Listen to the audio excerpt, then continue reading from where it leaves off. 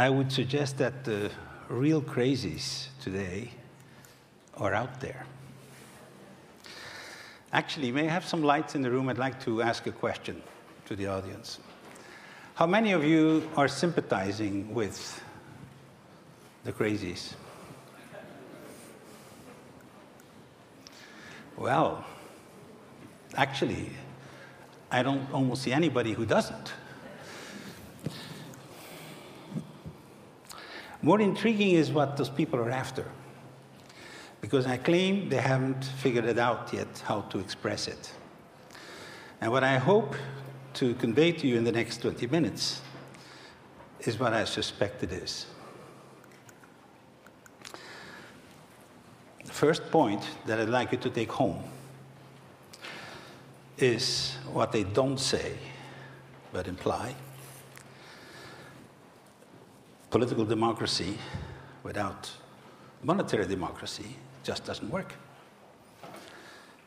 And the second point is we have moved out of the industrial age, and we keep on using industrial age monetary concepts, the idea of a single currency. How many of you have used in America or in their own country a currency other than the national currency? Okay, very few. Well, let me ask you another question. How many of you have used frequent flyer miles? So the majority of you are using complementary currencies without knowing it. Now, the ones that you're familiar with don't have a particularly useful purpose. They just try to contract you back to the same airline or the same shop. That doesn't change anything for society. But I claim that these technologies are available to do very, very, very important things, i.e., meet the challenges of the 21st century. Now, I will need light again. I'd like to make a survey here. How many of you have taken a course of economics, at least one? Oh, well, almost everybody. So you will know the answers to all these questions. Who creates money? Is it the government? Anybody believe that? All right, you're better informed than a few years ago. 90% Americans believed that it was the government until 3 years ago. Is it the central bank? Anybody believes that? A few, okay. Is it someone else? All right. There seem to be lots of people who have not raised their hands. So I suspect that you haven't quite figured it out yet. So how is money created? That's the next question. You know that in all the newspapers, in all the TV programs, they always show the printing presses, right? When they talk about money, there it is. Is that where money is created? Anybody believe that? All right, they're getting very scared here. All right. Anybody believe that it's with debts, with banks? Very few, okay, but some. The last ones have it. Every dollar you have seen is someone's debt.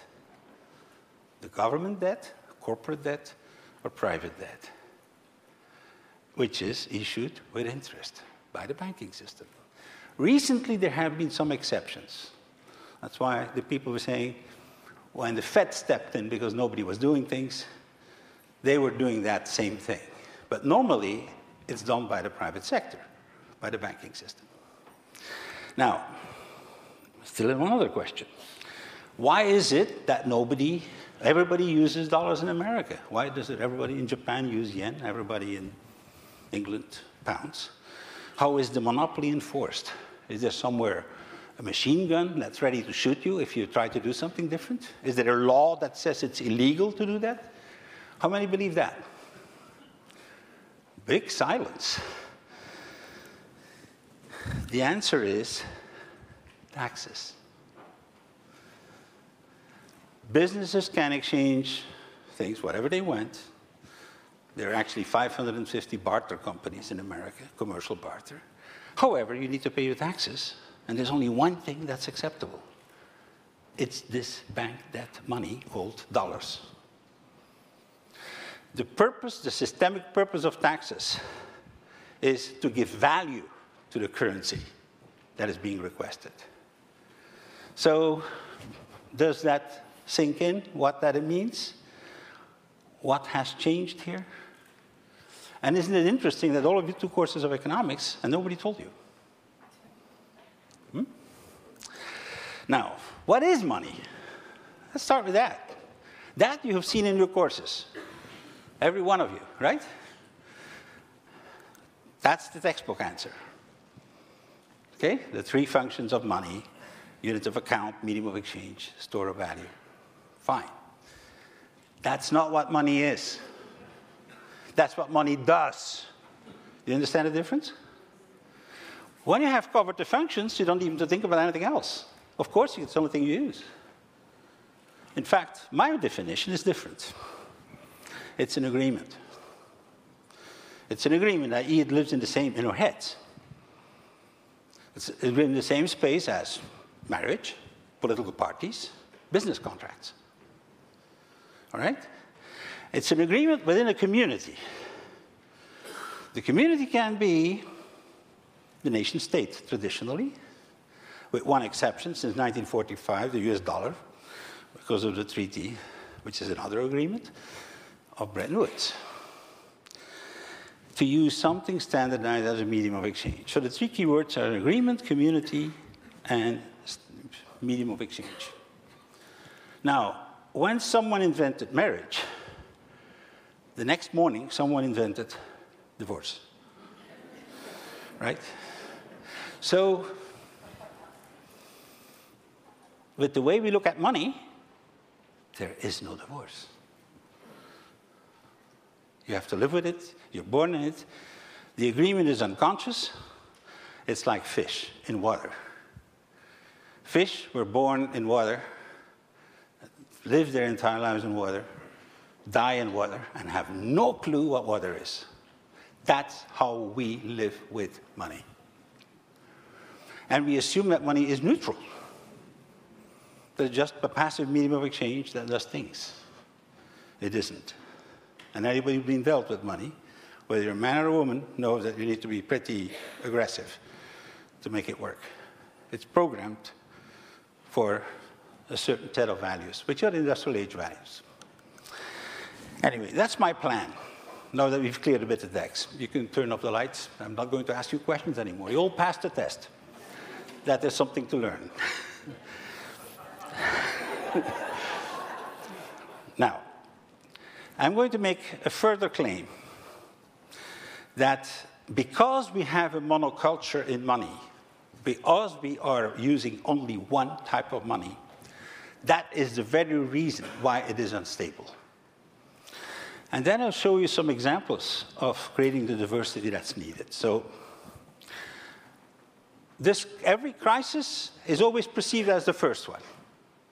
Here are the statistics: 145 banking crashes, 204 monetary crashes, 72 from debt crisis in the last 40 years. And by the way, the problem is older than that.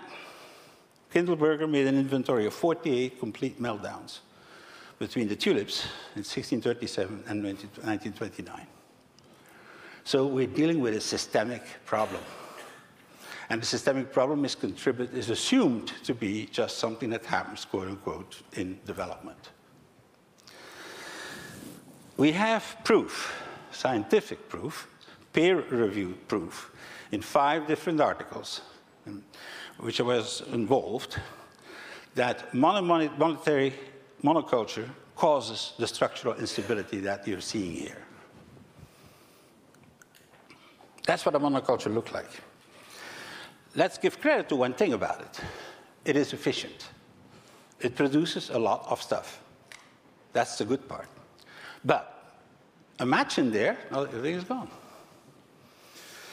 That's what high diversity does. It's a little less efficient, but it actually provides much higher resilience. That's what we need. We need monetary diversity. I'm somewhere in no man's land here. Every textbook of economics has assumed the monopoly of currency everywhere. So let's go to the monetary innovations. And among the many examples, I've been following about 5,000 monetary innovations in the world. And there are about 50 different types. So I had to choose, given the time constraints that we're living here. And I'm going to give two that actually match, I believe, what the Occupy Wall Street people are talking about. We need jobs. Okay? This can be created through businesses themselves, and I'll show you how. And I think it's time to realize our dreams. And this whole conference is actually manifesting lots of those. These are real-life projects. But you need to get out of the money box. Within the box, you won't find solutions. The first one is an old one. Actually, we should realize when you talk about jobs, you talk about small and medium-sized businesses around the world, and in most parts of the world, there are very few exceptions. Detroit was one, where the 90% of all private jobs are actually created by small businesses. So the future of jobs is the future of small businesses. Now, a colleague of mine from Rensselaer University made a study on Switzerland. Switzerland is well known to be a very stable economy, more stable than all its neighbors. You know, there are Italians in Switzerland, and somehow it works differently. Okay? And they're French. I mean, and God forbid, it works differently. They just live across the border, and something happened that are different. I do claim it's not the cows, it's not the mountains, okay, and it's not the chocolates, because Belgium would be more stable than Switzerland. So we have a system that's operational for 75 years. Started in 1934 by 17 business people. And they started creating money themselves. I sell you something. I have a credit in Weir, which is the name of the currency. 1 Weir equals 1 Swiss franc. And I have a debit. You have a debit. Sorry. So in other words, if you were doing something back for me, at that point, it would simply be barter. Okay? However, if in my credit I can buy something from you, and you can sell him something, or her something, we've created a currency between all of us. And that currency is just without interest, without having to go to the bank. That's the key. It's always insufficiency. So that little system that nobody talks about has been macroeconomically proven in several peer-reviewed papers that it is the secret for the stability of Switzerland. Why don't we do the same everywhere else? In fact, for those interested, here you have the reference for the website. It's in 4 languages. There is an improvement on the Weir that has been developed over the last 10 years. And it is now operational in Brazil and Uruguay. It's a convertible Weir. In other words, a Weir that can be changed into national currency under certain specific conditions. Now, by having that done, it makes it possible for the government to accept this currency in payment of taxes, something which the Swiss never could do. All right? So here we have one country, Uruguay, that is today accepting 2 types of currencies. One, the conventional bank debt money, and another one, business-to-business currency, that is at equal value for making exchanges and accepts all payment of taxes and fees. Bingo, everybody accepts it. That is what I talk about as an example of monetary diversity. Good. Last year, I was given in Belgium, in the city of Ghent, an impossible task. They gave me the worst neighborhood, not only of Ghent, but all of Flanders. There are extraordinary densities of population, 23,000 per square mile. More than about half of the population is first generation. A good deal are illegal. And there are 20 languages, including the main one actually is Turkish. So we're talking of what they call a problem or a difficult neighborhood. And the question is, can we create that as a nice neighborhood to live in where people say hello to each other and which is greening, which is one of the priorities of the city. The starting point was to ask what they want, and the answer was a little garden. So here's what it looks like.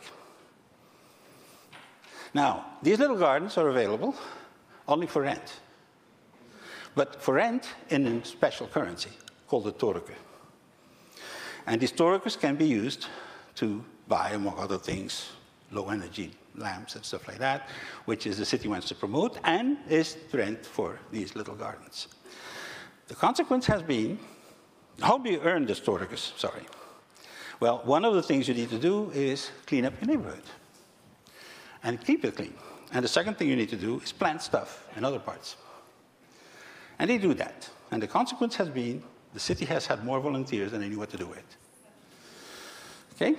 Now, for the same euro budget, they have, at the smallest scale, which is the pilot now, 3 times more results. And at the scale where it can be expanded, that we're planning on it, 20 times more results. Second solution, realizing dreams. Mutual learning. Now, what you're hearing today in a conference, you'll remember 5%, okay, on the average. If you read an article or a book that I wrote, you remember 10%. If we have a little session this afternoon about what the content of all this is, you remember 50%. But the most powerful tool will be when you teach him. Then you remember 90%. So our entire education system has been set up upside down, from kindergarten to university. So how can we reverse that? I'm back from Lithuania 2 weeks ago. The country has as advantages, let me first say what they don't have. They don't have beaches. They don't have a lot of sun. They don't have pyramids. They don't have Greek temples. So what do they have? Well, they have optic cables, and they have mobile phones. There are more than 1 mobile phone per inhabitant. Those are the SIM cards. Now, the objective is, we want to become a learning country. And specific things, all Lithuanians need to become, that are below a certain age of 40, by 2030, trilingual. Most of them are bilingual now. And the second thing is, we need to use our tools for the 21st century appropriately. So here's what it takes like. We created Doraland. Doraland is an individual has a dream. For example, in my meeting, I had one young person, 17-year-old, who was dreaming to learn Zen meditation in Burma. We had another one that went to spend a weekend with his hero, who is a Nobel Prize of Physics. Okay, another one wants to learn to sail, whatever it is. We make a contract with a Lithuanian Learning Foundation. And the contract says, well, for that project, for that dream, you need to bring me 5,000 doras, another one, 7,000 doras. We make a contract. How do we do this? Well, when you do the activities that the Dora provides, which is teaching and learning from others, then you get the Doras. And we create a whole economy, parallel to the normal economy, that actually is with the non-profits that, or instead of competing with each other to get dollars, can actually get doing this. Now, when I have enough Doras, I realize my dream. Now, another specific example. Teenagers teach adults how to use the internet. Both receive Doras. Elderly people get interviewed by children at the age of 12 years. And the question they're asked is, what have you learned in your life that is useful, important for the 21st century? And they create a wisdom archive. And if it's multimedia, you get more Doras. And if it's the best 10 presentations of the year, get more Doras still. So we create a whole economy for Doras. When I asked that kid, 17-year-old, whether I pay him in euros or in dollars or whatever, he wants Doras. This becomes a superior currency. And it costs to the government 0. All right? Now, there are other examples. A currency to make corporations think long-term, called the Terra. Civics, currency we're talking about in Vermont right now, to provide cities tools to create a caring society without burdening the governments in dollar terms. BWAS, ecological currency in Japan, which I've been presenting last year. Furiakipu, which is now operational for elderly care. 487 systems in Japan are operational. 1.8 million people are taken care of. So, et cetera, et cetera, et cetera. Let me conclude. We have proven scientifically that we need more than one currency to do things right. Trying to do it with a single currency has this result. They tried at one point to put on the same rails two trains. Now, we are going to an era where there's going to be deficit reductions of pressure, and we need more and more vital needs, including for climate change and for aging of society. It won't work on the same rail. The second aspect of that is that the monetary system is a bit in trouble. You may have noticed. There's a second reason. It's illustrated not in a French leftist journal, in The Economist.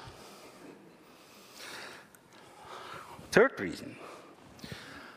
All patriarchal societies have always imposed a monopoly of a centralizing currency with positive interest rates for the last 5,000 years. It is what created the Industrial Revolution, but it also has created a series of problems that we're familiar with. All matrifocal societies, societies that honor feminine values, have always done what I'm talking about. That was the case in Egypt. That was the case in the Central Middle Ages, when feminine values were valued. The easiest way to understand what they are, which society you're in, is to look at what the image of the divine is. When you have a guy alone, who did it all by himself, with a big beard, you're in a patriarchal society. Okay? By the way, in the Central Middle Ages, it was Notre Dame, or Lady. In Egypt, it was Isis. The final reason, we are running out of options within the box. Just read the newspapers, the kind of contortions they're trying to make in order to happen. This is a well-trodden path. We've been there before. The last time was in the 1930s in this country. It leads to polarization, political polarization, which you can read about in your newspapers every day. And it leads, ultimately, to war. Roosevelt made the point that it wasn't the New Deal that solved the problem. It was getting ready for war. So we have to make a choice. That's what it looks like trying to do with the old way. That's what I propose we can do. That's what's possible. A balance between the masculine and the feminine. But we need to do it in the money domain as well. This is the book that is currently available in the shop downstairs. This is a how-to book, particularly at the scale of cities. This is a book that provides the perspective of the historical perspective as well as a systemic perspective. Thank you very much.